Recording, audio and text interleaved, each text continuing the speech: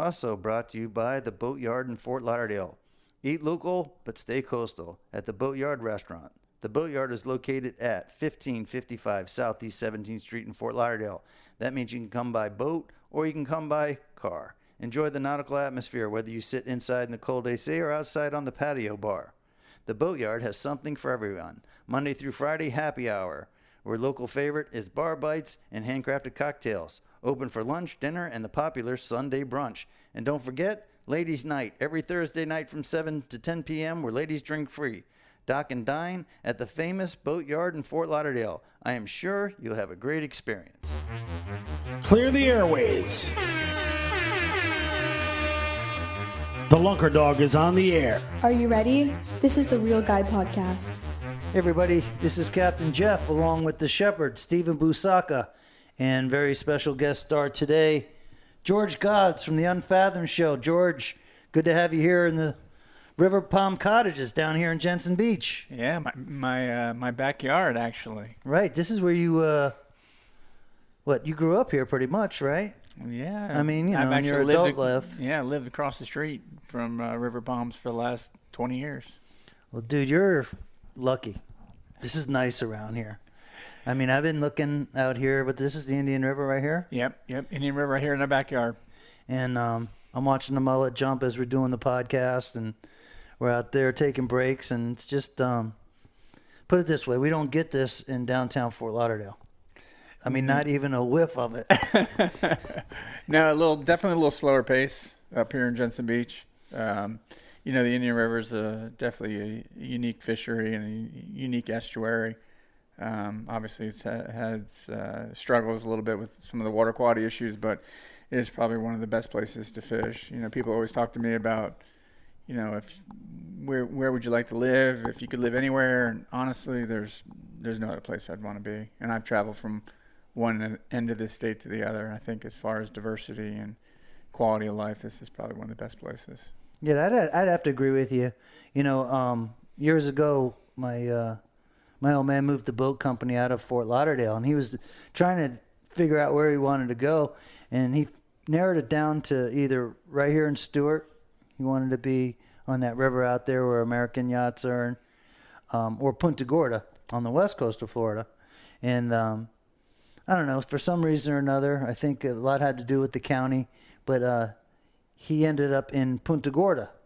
And I told him then, I was like, the chances of me ending up in Punta Gorda are pretty slim to none. Where I think maybe if he would have moved to Stewart area, it would have been more like, okay, I can do that. Yeah, you know what I mean? Yeah. I mean, Punta Gorda is a nice place, and it's pretty cool over there. But I don't know, dude. The West Coast thing, them some bitches fish for ladyfish and trout and hot water. I mean, that place is... You got to go like 50 miles out to find a sailfish or something like that. 50, that's a start. That's just to find the bait spot for Have pinfish. Have you done that over there? We just actually filmed a show this year. We ran 90 miles. 90 miles one way to fish for red snapper, but it was a unique fishery. We were catching them on topwater plugs. I went with a guy, Cody Chavez, out of where was that, St. Pete area, and it is definitely a unique fishery over there, and the bottom fishing is absolutely incredible. But 90 miles over here, we're sitting in the Bahamas. We're way into the Bahamas. Yeah. Here, move your mic a little closer to your mouth. All right. You're just a little more soft-spoken, so I'll make sure they can hear you real good. So, first of all, congratulations on UNFATHOMED, the show. Thank you. And getting your first episodes for the year done. Yep, season 1 is done.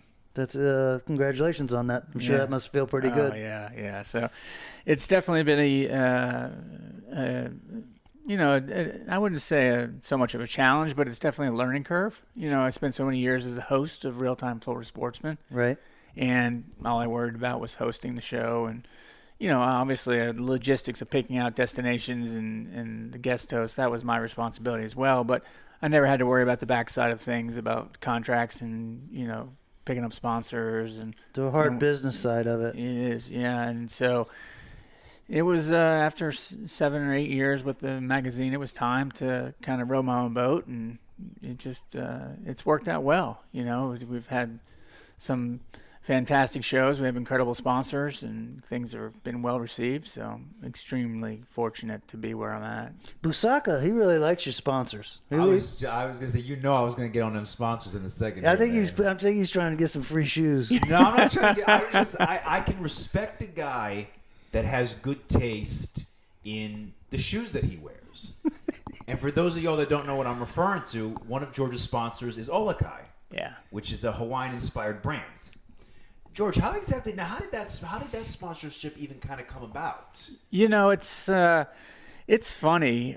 So often at least for me, I'm the kind of guy that I like a brand, I'll wear a brand, and then I'll seek out some kind of help or endorsement rather than, it has to be true to me and who I am. So you're feeling your sponsors. Yeah, it's something that I wore before, and it's just a cool brand. It's like we're so fortunate to have all of our sponsors are that way, and you talk about that, and it's not so much, and you said this, you're not so much a sponsorship, but you're endorsing these people, and right. Because you believe in it, and it's easy to do. It's easy to talk to the brand when it's something that you would wear regardless. And so many of these companies that we're with, it's just that way, whether it's... Yeah, they're natural. They're natural. It's a natural... The sponsorship that you've been getting is natural. The shoes are great. I never would have had a pair of these shoes on, except that I was, you were nice enough to put me on the show, and Olakai gave me some shoes, and Maui Jim gave me some glasses, and that's pretty good. Yeah. I mean, and truth be told, I have a sunglass fetish and I have a shoe fetish. Those to me are like the two most important things: are your shoes and your sunglasses. Yeah. You gotta have a good pair of both. Yeah. People always look at your feet. You want to have a nice pair of shoes, and I'm a flip flop guy. I have the flip flop tan. It's funny. People will see me and they'll make comments about my flip flop tans, but there's no lying about whether I'm wearing Olakai. I told them that I could probably go ahead and tattoo a little hook on the Maui hook. Yeah, the Maui hook there on my suntan line there. Well, it was kind of enlightening that at ICAST this year. I mean, these dudes are sporting the piss out of their fancy flip flops. And I'm not talking about guys like you that have, the flip-flop tan and everything. I'm talking about dudes that haven't worn their flip-flops since they got them for Christmas. But because it was ICAST and because they were going to be talking about fishing equipment and stuff, that they felt obligated to sport the piss out of their fancy flip-flops. So I'm walking around ICAST and I'm like, that guy's got no business with those flip-flops on. And then Lamont's like, dude, when else is he going to sport those fancy flip-flops? So they're like really nice and pristine condition, right? That, and you take one good look at these people's feet, damn well them feet haven't seen the sun since last summer. And they're way too nice, too. I mean, my feet are tore up from the floor up. I mean, these things are out in the water all the time. But they hold up well. Yeah, it's... But at ICAST, they were sporting their flip-flops like all day long during the ICAST show. So that's like convention stuff. And then it's like 11 o'clock at night and we're chilling in the lobby and you see these guys, they're like hobbling around and shit because they're not used to wearing flip-flops all day and then all night. So they're like really, really pushing themselves to sport the piss out of their fancy flip-flops. See, Drew, you don't need to try that hard, George. No, this is... what you should be doing, George, the next time you go to ICAST, you sport your flip-flop tan. Just go barefoot. Just go barefoot. Yeah. That's how we know who the real guys are. That's how. Show us your feet. Yeah, if you walk around, if you have some ankle high or shin high tan line from your tube socks. Well, we know. I'm the main dude that's got the shin high tan from the tube socks. It does not.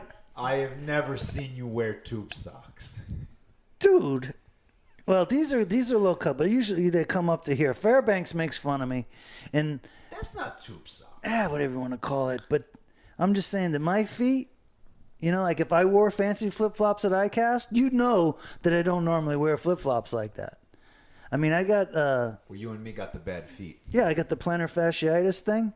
And the one thing about the shoes that George got me, these Alakai things, is they actually got a sole in them. I can wear them, and it doesn't hurt my feet. So I've been sporting the piss out of these things. We'll have to get you some more. I know people. We can make that happen. It's good to know people. Yeah, it's good to know people in the industry, and I can definitely put some new kicks on those feet. No, you are right, though, because I actually don't have to put the insert in mine either. I can just use the insert that's already in there, and it actually feels fine on my feet. No, it's a real shoe. It's a real shoe. And truth be told, honestly, I mean, you have to have you're standing all day, and you have to have a good pair of shoe wear underneath your feet. And the same thing with your sunglasses that we talked about, Maui Jim. It's the same exact thing. You have one set of eyes and one pair of feet, and you have to take care of those things. And it's good clothing, it's good eyewear, it's good. You got to cover up, and you got to be comfortable with it. It's a tough job, being out here every day, fishing every day, and it's a grind out in the sun and the conditions. So whatever you can do to kind of lessen that toll on your body is extremely important. Yeah. Amen to that. I think that's one of the biggest misconceptions of being a fishing guide or working on a fishing boat, or people think that it's kind of like being on vacation, or it's a dream job, or whatever, that but they're so wrong. If the amount of pain that the average fishing guide or fishing captain or fishing mate lives with on a daily basis, nobody ever talks about that. Nobody even gets that type of thing. Well, they see the glory of it. They see you catching fish. They see your Instagram and Facebook posts, and like, wow, that's the best job in the world, or whatever. But they don't see the backside of it. I was up at 5 this morning. I was on the water before the sun came up. I fished all day, and then I went home and I spent hours working on things on the boat to kind of get it right for tomorrow. And going back out and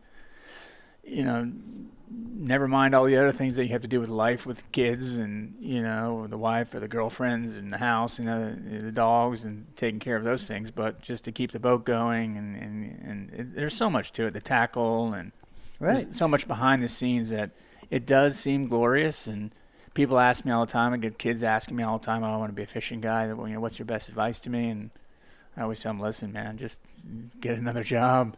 Right. Just have something else that you can fall back on for at least, 5 or so years or 10 years. Because it took me a solid 10 years to build up a client list where you could, be fishing enough days where you're sporting yourself. And it's hard. Even now there's times that go by that the phone doesn't ring, and, people think, oh, people think I'm busy, all the time. It's just, that's not always the case. I think I tell you, between social media and, fishing guides have gotten in front of the camera, in front of microphones, podcast, YouTube, all these different things. And there's, they'll throw out these numbers like, oh, yeah, I fish 300 days a year. And, I just bite my tongue and I'm like, dude, I've been doing this longer than most. I've been full-time for an awful long time. And last year I did 273 trips, not 273 days. Just 273 trips. And that was by far the busiest year that I've ever had. And I'll tell you straight up, that was probably 50 too many. I'm not kidding. Oh, yeah. I'm not kidding. There's no way that I could do that many. There's just no way. Yeah, and what you sacrifice for what you're getting back is it's too much. Yeah. It's too much. So I listen to these dudes. They talk about, oh, yeah, I did 300 days. And, you give them a half a smile and you pat them on the back and you tell them good job. But you know damn well they didn't do 300 days. 300 days, it's almost physically impossible. Yeah. Almost. I'm not saying no one's ever done 300 days. I'm just saying that these guys that all say that they're full-time guides, like Carl, he ain't doing 300 days. Nope. Carl's probably, one of the most successful and busy guides that you could possibly get. That's Carl Ball we're talking about. He's not doing 300 days. So I don't know. Physically, just like any other sport, and fishing is a sport, Busaka. Fishing is a sport. It's going to be in the Olympics. I hope so. And the kids are going in Shaston. She got like a scholarship. Yeah. And I told my kid, yeah, and her. Yeah, and I told my kid, I said, the fishing thing could open up a lot of doors as far as maybe getting a scholarship. More importantly, the network of people that you might be around, I think is extremely valuable. People that fish are good people, they're hardworking people. And I think if you surround yourself with that type of person, and it doesn't have to be in the fishing industry, but just hardworking people, then, you're way ahead of the game. Way ahead of the game. Yeah. But to think that some of these kids can actually apply themselves to the sport and get a reward like Chasten got. Which school did she end up going to? Do you know? Some southern school. I just actually talked to her, saw her at ICAST. Yeah. And if you guys don't know Chasten, it's I think it's Chastenation on Instagram. Yep. Yeah. And she's a female angler. She's a freshman in college right now. She attended LunkerCon last year in Tampa. And she was an absolute pleasure. I was glad she was there. I filmed an episode with her years ago when she was still in high school. We filmed an episode of Real Time with her. Yeah. And super wonderful, supportive family. Her mom's super nice, and her dad's wonderful people. So they're good people, and she's been successful at what she's doing. So always wish those people the best of luck. Yeah. It's funny, George, actually, how you bring up like the kids, like you fish with her. I saw the episode that you did with Zach Trong. Is that his last name? Yep. He was like he was 16 when you did the show with him, right? Yeah. He and I got each other. We follow each other on Instagram. We'll like each other's pics and what. I haven't met him, but what was that like fishing with him? Honest, I've always wondered that. It's so funny when you're trying to set these shows up, especially back in the day with Real Time, that you would see so much of that in the beginning as we would find posts, from the forum and they'd be posting things, and you don't always know when you get to a location whether these people are just posting things or whether they're the real deal or not. But it's always great to be able to get to these places and meet these people, and they are what they look like they are and what they seem to be on social media or on these forums. And he was a good kid, he was torn up with fishing, and I think he's even more into it now. And I think you have to give those kids an opportunity to put them in the limelight and give them some exposure. And Sure. It's regardless of age. I've gone out with people a lot older that knew a lot less, and it doesn't matter on your age. These kids the learning curve nowadays, especially with social media. They can pick things up and learn tips and techniques. And the other thing too is like when you're fishing, you get recognition, from whatever, maybe social media, or maybe your parents or an uncle that's into fishing or whatever. But to have a TV show or somebody that actually, wants to highlight you, that's like a really nice way to give somebody, recognition that they deserve because they've been, working at the sport, Busaka. And I think that was the popular thing about the about the show too, was the ability for anybody, and Unfathomed is the same exact way now, that it's just the ability of anybody to be on there, really. Right. It's regardless of, it's not so much your fishing prowess, but if you have a unique story to tell, I think people that's the really, I think, to me, the engaging thing that is moving forward. That's kind of the direction that we're going, is the storytelling. Right. And I think everybody has a story to tell. Everybody's a little different, unique, and why they fish or where they fish or what they fish for, and they have something to tell. And just to be able to get in there and kind of really just peel those layers away and tell that story, I think that's what's most engaging. Well, I think you and Kevin, if you guys don't know who Kevin is, that's well, explain it. He's the producer / everything, right? Yeah, Kevin and I started together. So Kevin owns Colorblind Media. Okay. That's been the production team that I've worked with from the very beginning. Kevin was he was an intern back in the day with Florida Sportsman Magazine when I first started, when I started hosting Real Time. The first year of Real Time was just a web-based show where Kevin and I would just jump in the truck, and we filmed every other week. So we filmed 20-something episodes, 26 episodes. The first year when him and I would just jump in a truck with a single camera, and go around and film with people. And it's evolved into, he's very well respected in the outdoor industry for his cinematography now. And it really is just. Well, I watch all the stuff. I watch everybody's shows. Of course, Florida Sportsman. I'm a guide here in Florida, so I'm going to watch the stuff. And I think the thing that impresses me most about Kevin, and of course all the production you guys done, is you've fought the tide by trying to put some artistic value in the show itself. Yeah. And it shows. Yeah. And I know that it's extremely difficult, with the short amount of time that you have, to actually do that. I mean, even when in the Florida Sportsman Show, we went down to Miami and, we had that epic day with all the fish and the city in the background and the cool lights and the bridges and all that. And that could have been so just, fishing. But you guys were able to actually deliver the message that, yeah, it's fishing, but it's Miami. And, it's a totally different, fishery. And you were able to make it come across that it was Miami. It wasn't just you and I out there tarpon fishing. You know what I mean? And then what you did this last year with Unfathomed. Dude, when I watched the episode that you did with me, like, I was worried that we didn't catch enough big fish and that kind of thing. And I'm thinking the old way, or the way the fishing shows were. And I'm like, gee, how in the world are they going to pull this off? And then I'm watching it. I was totally floored. Like, was not expecting that, because I've done TV quite a few times over the years. And if they would just say my name and show my phone number, I was like, I hit a home run.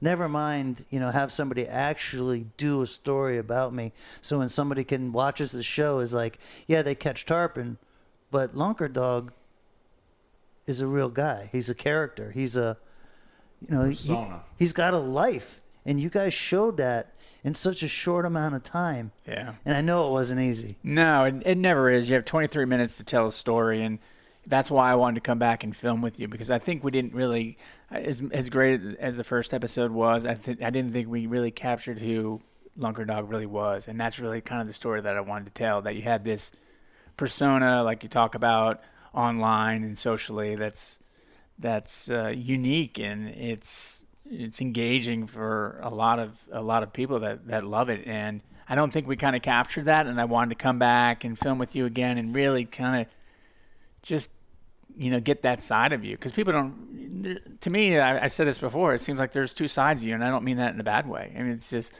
there's Lunkerdog and then there's Jeff. I know you as hanging out as a quiet, humble, not that you're not humble as Lunkerdog, but it's just, to me, it's kind of like two different people, and it's like a switch that turns on, and it's different. Yeah. It's different. When Lamont and I first started, doing the YouTube stuff, it was more Lamont's idea, but he would tell me to think of it more as, because we were in love with wrestling, since we were kids, and how Lamont would want to film the YouTube episodes is he wanted me to come into form like they did in the WWF. Like, be louder, sell out a little bit, make somebody laugh, make somebody hate you. And God, we've did both, you know what I mean? and Lamont taught me that it's okay if somebody hates you, because don't get caught up in that. Think about wrestling. Okay, so like, I loved, the Macho Man. He was like, my favorite wrestling character, And then there was other guys that I totally hated. You know what I mean? Like, I couldn't stand like, Hulk? yeah, Hulk. I wasn't that into the Hulk, but I mean, there was dudes that like I really couldn't stand. Like, I wanted to throw stuff at him and stuff like that. But if those guys didn't come on Saturday when we were watching wrestling, I missed them. Yeah. I was like, I wanted to hate them. So when we were doing, our YouTube stuff, Lamont was like, it's okay if they hate you. It's okay if they love you. What's not okay is that if we do a recording that they got nothing. You want to spark some sort of real emotion. Yeah. And if you can do that, then it works. And I think you and Kevin, when you're doing Florida Sportsman, and especially at Unfathomed, I mean, I get it. It's hard to, get them to really hate you on TV. But on the other hand, is you are able to get them emotional. Yeah, and that's the thing too. Is just I wanted to be able to have the whole family sit down and watch an episode of Unfathomed, and not the wife get up and go, God, I can't stand another fishing show, and walk out of the room, or the kids not to be engaged. I wanted something that was appealing to everybody. And I think, and to me, fishing has never been, maybe in the very beginning, it was about catching fish. It was about how big the fish was or how many fish I caught. But as it evolved, it turned into something totally different. To me, it was always about the anticipation and the preparation in that morning of just sitting there making the coffee and just wondering what the day held for you, and then getting out on the boat and seeing what, how was the weather, and how there was always so much more to it than the fish. The fish was always just a part of it. And even it was like a wave. It was this anticipation, build up, and you catch a fish, and then it would kind of ebb back down, and then the cleanup at the end of the day, and then just the anticipation for the following day. So it was always this up and down that was always intriguing to me. It wasn't the catching. And so many times you see these fishing shows where the show starts out and the rod's bent over and you have no idea how that person got there, or where they're at, or what it took to get there. To me, it's always been about the backside of the story. And like I said, just that storytelling, that's kind of really the direction that we're going, is just trying to tell the story about you, or whatever the shows were this year. Went to Guatemala and did some destination shows. We did a spear fishing show, a free diving show. We did a show with Andy Mill, fly fishing. So there's so many different things that you can do to tell these stories. I think that's really, the future of successful television. But again, like you're saying, you have 23 minutes. You have 23 minutes to tell a story. You have 23 minutes to satisfy sponsors' needs. Right. And we try to do that in an unobtrusive way. We try to do it organically. I'm wearing Maui Jim sunglasses because you see them on my face. I don't need to tell you, these Maui Jims work, or I'm on a Camus boat or a Mercury motor or a power pole. You see those things. And to me, Tiger Woods swings a club on a Sunday, and he wins, and people go out and buy that on Monday because they know it works. And if you and I are out there and we have quality gear in our hands and we're using that, and like we talked about with the shoes, I'm going to be using that product. No, I'm not going to use it just because somebody gave it to me. I'm using it because it works. And I think the viewers get that. I don't think I need to, it's not NASCAR. I don't need to force feed it down people's throats. And I think they understand that, these quality products are the products that we use. And of course, sponsorship is what it takes to make this work. But at the end of the day, it's a partnership. It's a partnership. And I'm endorsing these products because I truly believe in them. Well, that, and you actually fish for a living, so it's not like you can really fake it. You can't do one thing for the show and then show up on your boat and do something else. Yeah. In today's day and age, with social media, they know everything. Oh, they'll catch you. They'll catch everything. They'll catch you so bad. They're just looking, and that's the funny thing is people. They want to kind of they're looking closely, and they'll figure stuff out, and they're a lot smarter, and they'll watch the edits, and I think that's important too with like Colorblind Media and Kevin. Is I have a production team that fishes. I have a production team that are watermen that surf, and they get it. They understand. They know what to look for. They can read the water just as well as I can, and that's important. And so many times you see on shows, whatever it is, the edits are terrible. Like. Right. They'll be holding the rod one way, and then the next thing you know, or the water conditions change. You have to be real because people pick up on that stuff, and you have to stay humble as well too. I think that's kind of been something I've always tried to stay true. Was listen, I'm a guide. I'm not a god. I'm a fishing host. I'm extremely fortunate to be where I'm at. I dreamed of this job when I was a child. I never thought I would get here. I'm not going to take advantage of it. I don't think I'm a great fisherman. I think I'm great at watching people fish because that's what I do most of the time. I'm a guide. I don't have a rod in my hand. Right. I'm pointing people, telling people what to do. Right. Really, the only time I fish is when I'm filming, to be honest. My days off, I'm on the water so much, I really don't want to, make this sound bad, but I don't want to be on the water. I want to be doing something different. No, there's something to be said for that.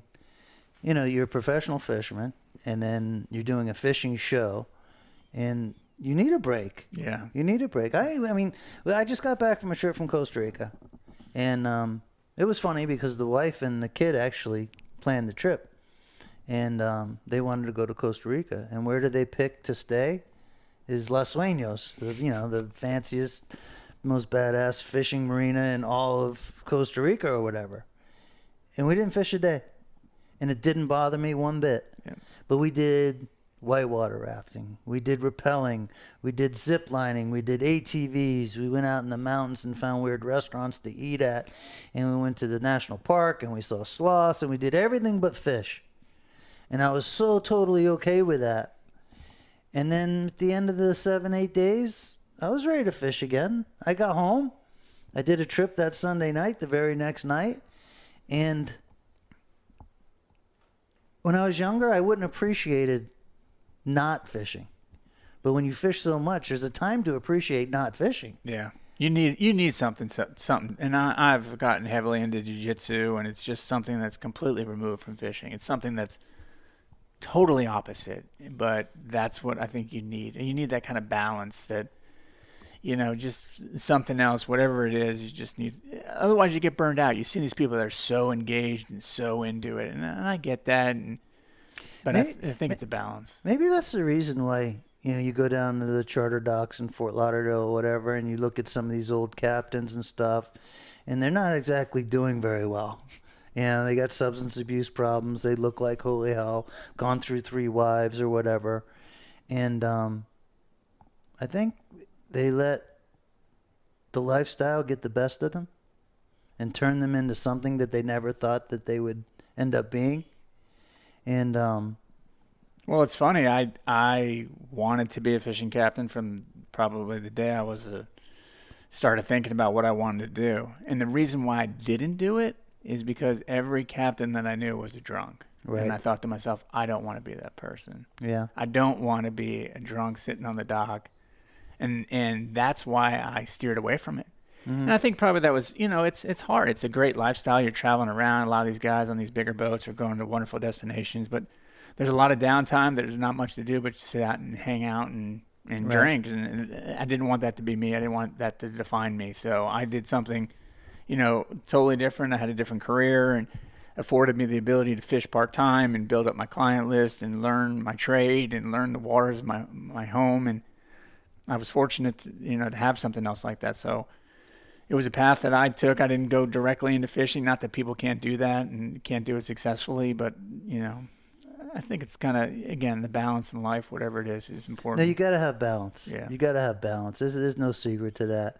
And the, like we talked about a little bit earlier, the pain that's involved, when you can overdo it. And I think a lot of the substance abuses that we see in our industry have to do with not being able to leave the lifestyle. I think it has to do with pain. I don't think people realize that a fishing captain, you just have to accept that you're going to be hurting all the time.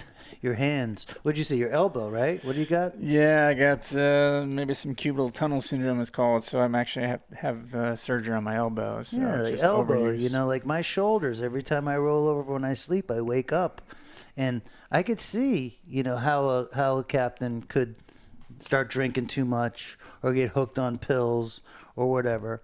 And it's something that, unless you've done it, unless you're doing it, unless you've felt it yourself, people just don't get it. So, I don't know. But very similar.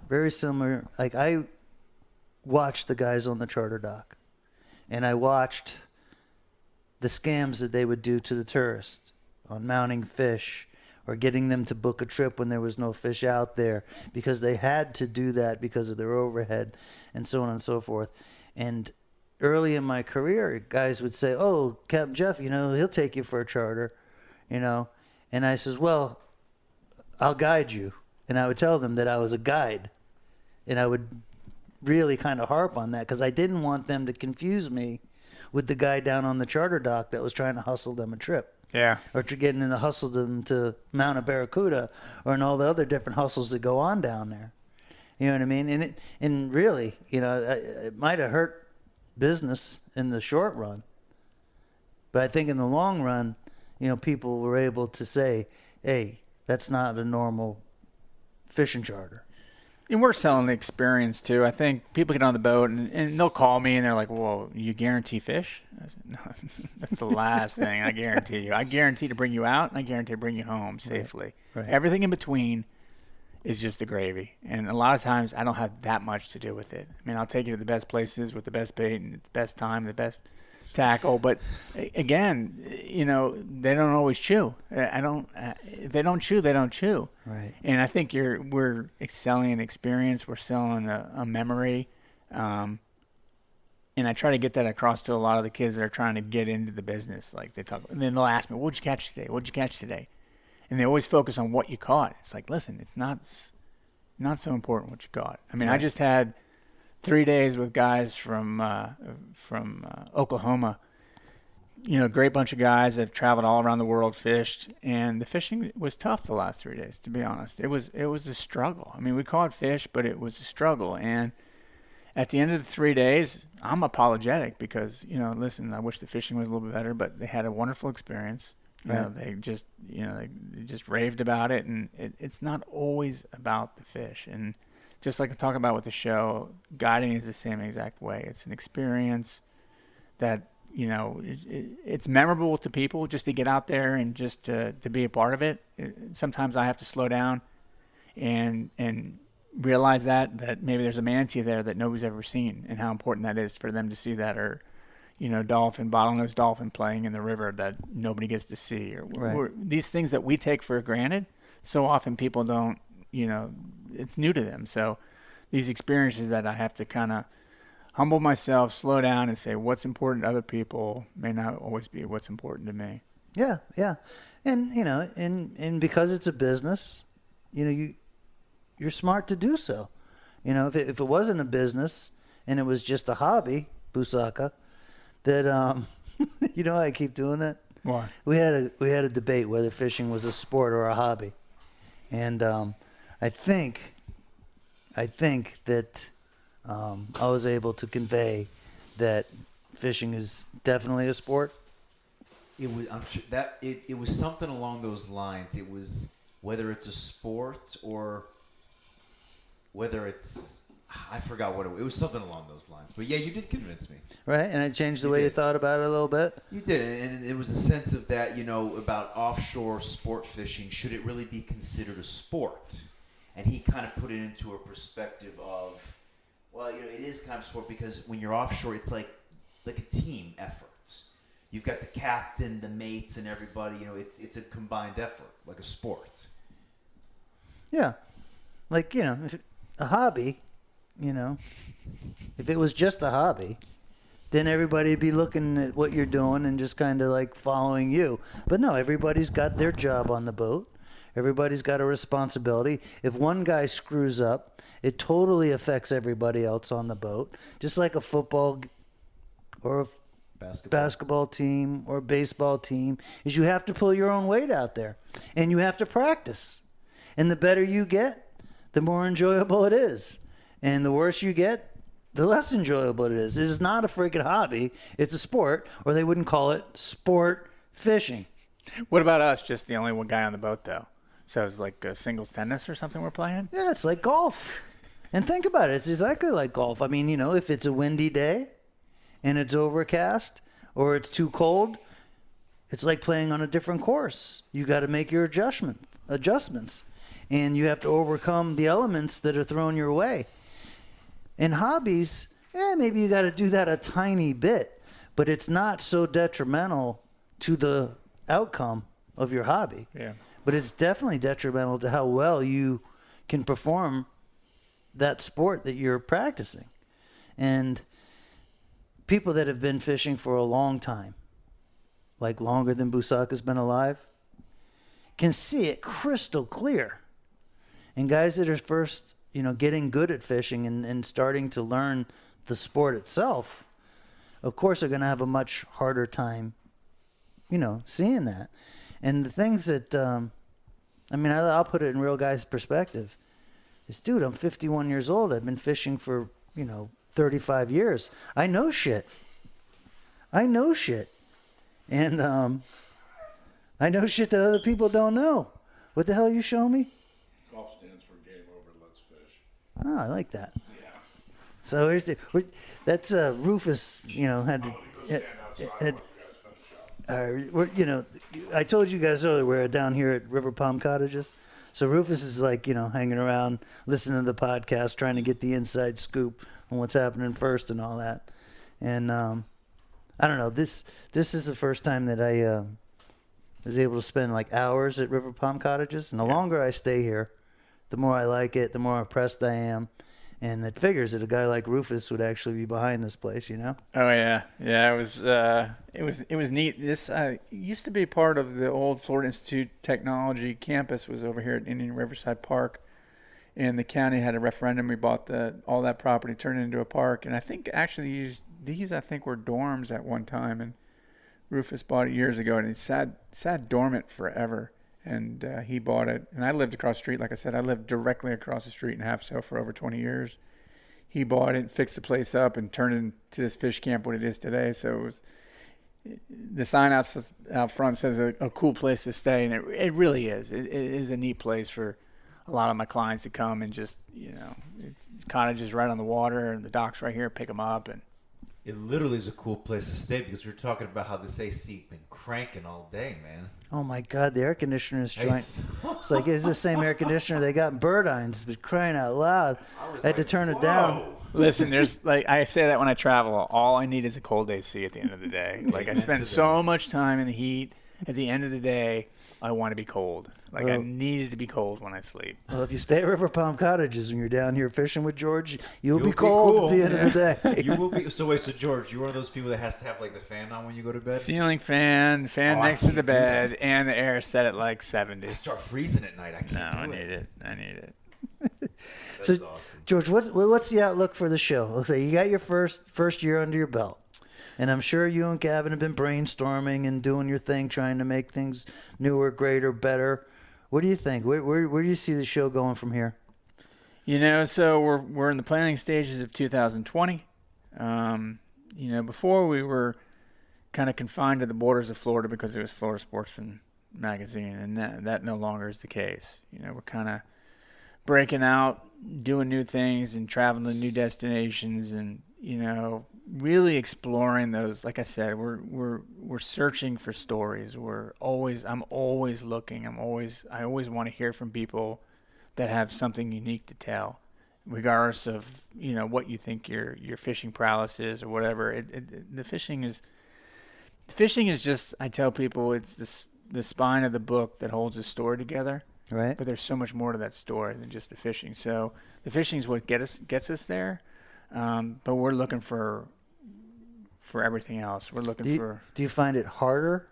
It's much more challenging for sure. Rather than just traveling to a place and saying, "Hey, we're going to catch a couple fish." Now, you just want more substance and just more to it. It takes more. It takes more planning. It takes And you can feel the satisfaction as you're able to. Well, yeah. I mean, there's no time to honestly. There's no time to enjoy it. I wish there was. There's not a lot of feedback, and that's what most people don't understand. They think, well, there's very little feedback. You feel isolated. Feel like you're on an island a lot of times. Yeah, you don't know. You don't know how people take it. Some people will come up to you, and it's really different. It's funny. I always tell people this, but it's so much different in fresh water than salt water. I think if you were to go to Bassmasters Classic and there'd be, Kevin Van Dam there signing autographs, people would line up 500 deep to get an autograph. Right. Take the most successful saltwater angler and put him on a booth signing autographs. There'll be 3 people there. Yeah. No, it's different. It's different. It's totally. There's so much more ego, I think, in saltwater. Yeah. The freshwater people are, they're the NASCAR people that get behind their car, get behind their number, get behind their angler. You don't see that a lot in the saltwater. So, always searching for feedback, and it's tough to get. And a lot of times you get it socially more than anything else. You get it on comments and stuff, and you hate to just use that because sometimes people can be, keyboard commanders. But most of the feedback we've gotten for Unfathomed has been very positive. The sponsors are happy. All of our major sponsors have signed back up for 2020. The network was happy. They gave us better airtime. We're airing another quarter, so we'll Your air. guest was happy. The guests were happy. I was happy as Yeah, balls. yeah. I was like, damn, George put me on TV again and actually talked about me. I was so elated. Well, that's, you don't know. And I just, it's funny. I just had one air this week with Cameron Kirkconnell, a spear fisherman and world-renowned spear fisherman. And he called me up. He's like, listen, I've done a bunch of shows. And he said the same thing. This is the best show that's been done. And to hear that, that's rewarding, And I even said, listen, if I get into this and I have one successful year as Unfathomed, if I go out the way I want to go out, that's what's important to me. I want to do it the way I want to do it. Right. And something that I can be proud of. And we're putting out a product that I'm proud of. Maybe the quality is not always appreciated by everybody, but I think if you were to really break it down and understand the cinematography, the quality, really what goes into it. Right. I don't think a lot of people understand what goes into these things. I'm extremely happy for where we're at. I'm extremely fortunate. Well, I think you've done a great job. And I think one consistent theme that everybody in the Real Guy Network kind of rolls with, and you guys have been able to do it with Unfathomed, is if you can consistently get lunkers in people's faces, things usually end up all right. That's right. Things usually end up all right. So it's not always about the fish, but if you throw lunkers in people's faces, you really can't say much. You've been part of the Real Guy Network for many years now, and we appreciate it. We value it, and it's nice that not only do I have a relationship with you, but it seems like everybody in the network, whether they were able to meet you personally, see you at LunkerCon, whether they saw it on their computer or on a YouTube video, or they were fortunate enough to actually go to LunkerCon and meet you and talk to you, or maybe one of the other shows that, the boat shows and stuff like that. And I think you get the whole idea of being a real guy. And I think you would have got it whether you ever met me or not. Well, listen, I grew up in a trailer park. I grew up in government housing. I don't want to say that like, well, what was me? I mean, I grew up from a humble childhood, spending days on the pier, Dania Pier, or cruising the canals, and the weekends I spent at my dad's house in Sunrise looking for bass in some of the canals. So there's a very humbling childhood, and I grew up just idolizing people like Flip Pallet, Jose Wahebi. I'm not afraid to say that. Those were my idols, and I'm extremely fortunate to be where I am today. And I don't know if that's from good luck. I don't know if that's from good fortune. I don't know what that's from, but I'll tell you what it's from. It's from hard work. Well, it's hard work, but it's knowing the right people, being in the right place at the right time. There's a lot of different things, but I'm just and people will call my phone and they're like, "Oh my God, you answered the phone." And I'm like, "Well, who did you think was going to answer the phone when you called my phone?" I mean, should I not be the person? Your secretary. Yeah, like should I not be the person that's answering my phone? I'm not that important, really. I host a fishing show and I fish full time. I'm just a regular guy that has a kind of cool job, and I try to tell people that all the time. Anybody could be a show host. I was very fortunate to be where I am, and that's the whole thing. I am just a regular guy, and I think I try to stay true to that. Dude, you're not a regular guy. You're a real guy. I'm a real guy, and we appreciate it. Wow. And thanks for doing the recording with us today. Oh yeah. Being part of the Real Guy Network and putting us on TV, attending LunkerCon. Always were good to us, all the way from Florida Sportsman days. And then now we're chilling here at River Palm Cottages, busting out a podcast to appeal to more real guys. It's crazy how far it's come. It's just good. Yeah. It's just good stuff. And now if we can get guys like in the millennial group, like, Busaka and some of these dudes to carry it forward. That's your job, right, Busaka? I know. And you don't have to be some crazy professional superstar fisherman. Busaka, when I was growing up, a lot of it had to do with fishing, but not all. But there was dudes twice my age that would take me around with them and let me experience call it the real guy experiences. And it doesn't necessarily have to be fishing. It could be podcasts like we're doing now. You know, it could be going out to dinner with the family, having a fish fry, business. You know, you want to bounce business ideas off somebody. That's How about all the times that I've just come over one night, be like, hey, what are you doing? Nothing. Come on over. And we just sat in your living room and just chilled. Yeah, just chilled. Just kind of BS for a few Start hours. laughing, bang out a podcast, Yeah. making fun of some people online maybe. Yeah. But it's all good. And Well, it's those, you know, I have to be reminded sometimes too, like, it's these little experiences that the effects that you can have on some people. Like they'll say, well, kids will come up to me. Oh, I met you a couple years ago at so-and-so and you signed this for me. Or you did. It's these little experiences that we take for granted. Like same thing with out there guiding, these experiences that we take for granted. It means so much more to other people. And I think that's kind of what we have to remember. If somebody will come up and say hi or, you know, hey, I watch your show, and you just have to be, you know, extremely appreciative of everybody that, you know, that does that. yeah, you do. You want to be appreciative, and you don't want to let it get to your head like, hey, I do this for you. It's like you have to appreciate them as much as they appreciate you. Yeah, we wouldn't be doing this. We wouldn't be here right now. We couldn't be doing a podcast. I couldn't be doing a television show. We wouldn't have the clients to take fishing. You know, it's pretty cool. I mean, God, we did the show how many years ago with Real Time, and Yeah, no, that was like 6 years ago already or something. You came up. We did the Snook Ashore show. You know, we filmed a little something there, and You know, yeah, before we wrap up, let's talk a little bit about that. So the first time I fished with George, I take him down to Miami, and the tarpon are jumping in the boat. And we had this great episode, Real Time Florida Sportsman, and people are emailing me, dude, best tarpon episode I ever seen, blah, blah, blah. So the next summer, I decided that I'm going to call George up. It's August. You know, I'm not crazy busy right now. And we were going to do a little video for the Mullet Run channel. And we come down here and we just crush these giant snooks. I mean, back to back, 30-pound snooks. And, it was just really, really, good fishing. And, God looked down on us and gave us some great days. But this last episode with Unfathomed, there was a lot of fish. Fish were everywhere, but they weren't that hungry. And that's it. That's how it goes too. So often you break out a camera, the fish just get lockjaw.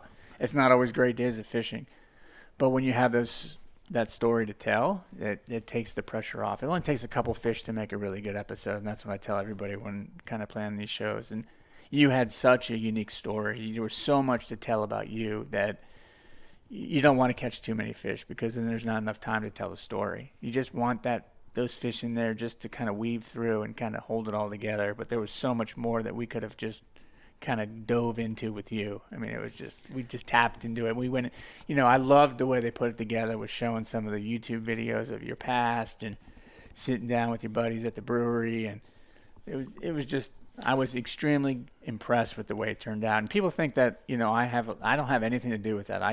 I showed up with you and we fished, and I see the episode when it's done. The guys put it all together and they have a vision, and I was extremely happy with the vision. Well, I think the relationship actually got a heck of a lot stronger because the fishing was tough. Mm-hmm. And because we had to do things that weren't easy for a change. We didn't show up and the fish jumped in the boat. And you were looking at me and I'm looking at you, and we're busting our ass to make sure that the end product, is something that, you can work with. And we were able to do it. And like I say in so many of the podcasts, the one thing that can build camaraderie, one thing that can overcome obstacles is when a guy's working as hard as he can and you're ass to ass with that person. Oh, yeah. You're in the trenches, and when the fish aren't chewing and you have two decent anglers on the bow of the boat trying as hard as they can for 2 days, I mean, what else can you do? I mean, really. But you're able to develop a different kind of relationship that you can never get unless you get tested like that. Yeah. Anyway, you got anything else for George Busaka? I think you just about covered everything I wanted to ask. That's because I'm good like that. You are good like that, but that worked out well. But well, no, I do want to add something though that George had brought up too, which I think is a really good point about like those little things, like you were saying about kids maybe coming up to you and saying, "Oh, you know, I remember you did this for me and this," and you know, it kind of made me think to when Carl took me out to Biscayne Bay for the first time. I remember you telling me that when you spoke to him, how mad he was and how guilty he felt of the fact is that I couldn't even put Steven on a bonefish. I'm so mad about that. And I couldn't stop raving to you about how much cool fun it I was. had. And Yeah. Biscayne Bay is the best thing I've ever seen in my life. Yeah. You know, and people don't always realize, like, there's little things, even like again, because it's not always all about the fish. Yeah. No, You it's know? and from Carl's standpoint, you know, it wasn't necessarily about the fish. It was about you. And did Steven have a good time when he was with me? And because the elements and it rained like a bitch that day and blah, blah, blah, he was concerned. Yeah. And when I told him that was one of the best days that you've ever had in your life, you know, you could hear it in Carl's voice. He was fucking happy. You know what I mean? And that's what being a real guy is all about. Yeah. George, thanks for being on the Real Guy podcast. We really appreciate it. We look forward to seeing you. Going to be at LunkerCon? Be able to make it this year? Yeah, I'm planning on it. Fantastic. Unless this new hurricane coming doesn't blow me away. Yeah, if we all got houses and our boats are still intact, I think I'll we'll be there. Yeah, we'll have a few beers and we get to hang out with some really good people. And thanks so much for being part of the Real Guy Network and run that dog.